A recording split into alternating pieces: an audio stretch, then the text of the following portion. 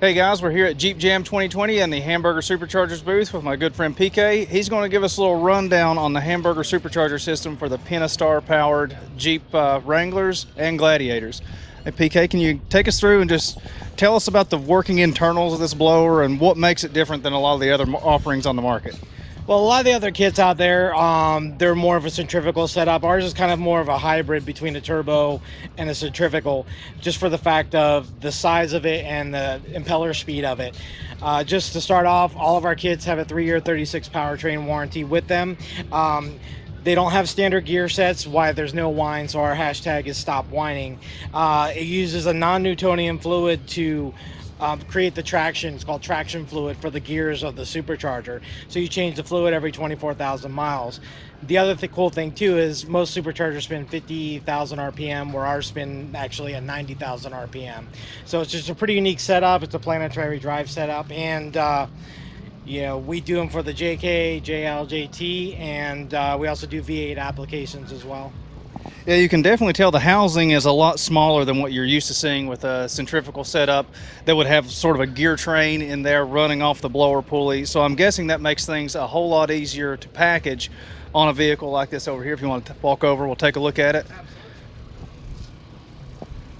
So you're here with your Gladiator, and you can see you've got the blower on the actual vehicle, and it looks like it's just in place of where the alternator would be on these. Yeah, basically all we do is we move the alternator down about a foot, and then it goes exactly where the alternator was.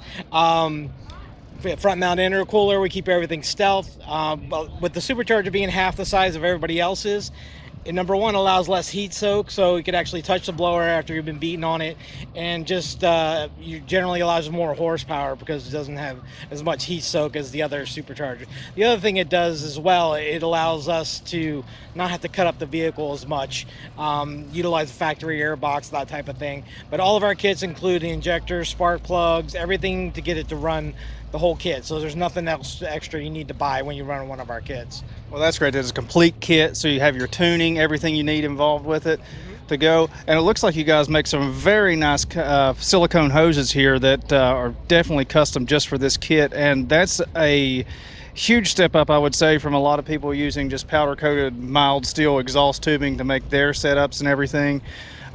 You can definitely see the investment in quality on this, and it looks like a very nice setup on the kit. Can you tell us a little bit about the bracketry and how it bolts on? Basically, it's, you only have to tweak a couple things to get the kit on the vehicle.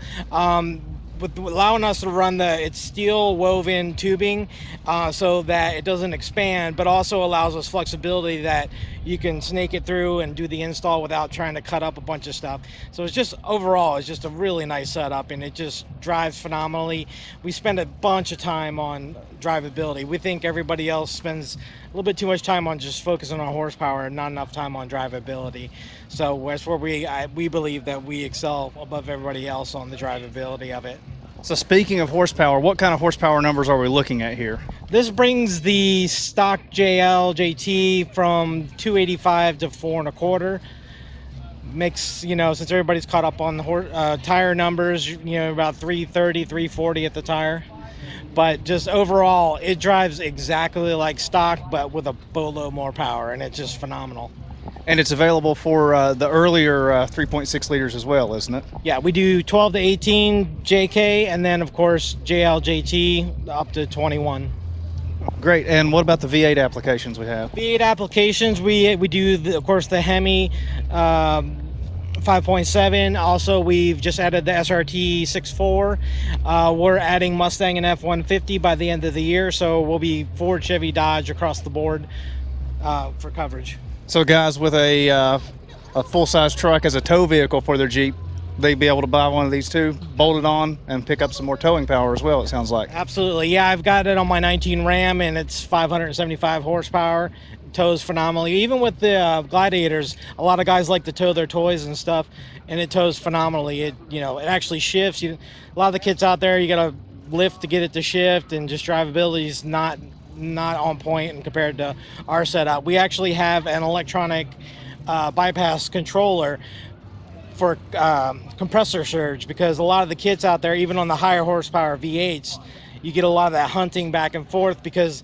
when you're on and off the throttle, the bypass valves opening and closing. We actually have a digital controller that works off pedal position that smooths out drivability on it, and it just makes it a blast to drive. Yeah, I think anybody that's been around turbo applications are familiar with compressor surge, but that can be a real issue with these centrifugal superchargers. Close that throttle blade, and the compressor doesn't know what to do with all that excess air that it's making. So it's great that you guys came up with a solution for that. And thanks for taking us for a walk through the blower kit and everything. It looks like a fantastic kit. So Jeep Jam 2020, Hamburger Superchargers. If you guys want some more boost for your Jeep, check it out. Thanks, guys.